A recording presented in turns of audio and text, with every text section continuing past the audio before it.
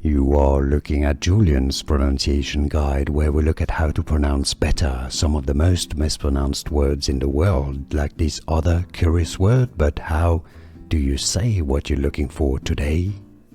French pronunciation, how to pronounce the name of this square on Montmartre in Paris, France. If you want to learn more useful vocabulary and famous places in Paris, stay tuned.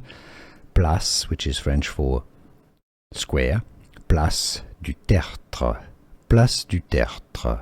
In English, if you cannot pronounce French, Place du Tertre, Place du Tertre. Here are more videos on how to pronounce more confusing words and names too many mispronounced. Like this video if you found it useful. I appreciate your support. I'll see you soon and thanks for watching.